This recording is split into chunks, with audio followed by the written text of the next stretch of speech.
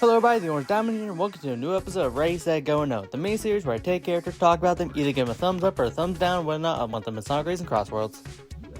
In this episode, we're actually going to be talking about what potentially other super forms they could add to the game. Now, the only racing games to have super forms is the original Sonic and Sega All-Stars Racing, as well as the Riders games.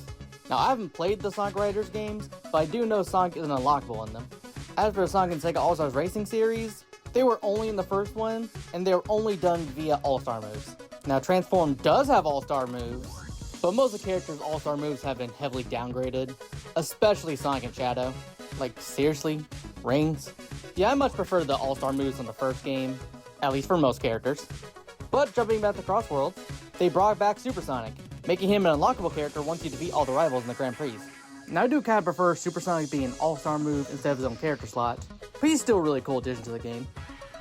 However, it's just Super Sonic. There are no other super characters in the game. So I want to bring up a few options they could go with if they add more. The most obvious in bringing back both Super Shadow and also Super Silver. Super Silver hasn't been in the game since 2006, not counting mobile. So I think it'd be awesome if Super Silver could make his grand return. Similar with Burning Blaze, since she hasn't made an official appearance since Sonic Rush Adventure. So yeah, these three are the most obvious. There's also Super Neo Male Sonic from the IDW comics, which I'm not a big fan of, but I suppose the super form could work. And you also have the classic characters with all their super forms, like Super Knuckles, Super Tails, Super Amy, Super Mighty, Super Ray, and Super Trip, all from Mania and Superstars. Then again, I guess with all these super forms, the roster is getting a little bloated, especially with racers that could only be possible in the Grand Prix.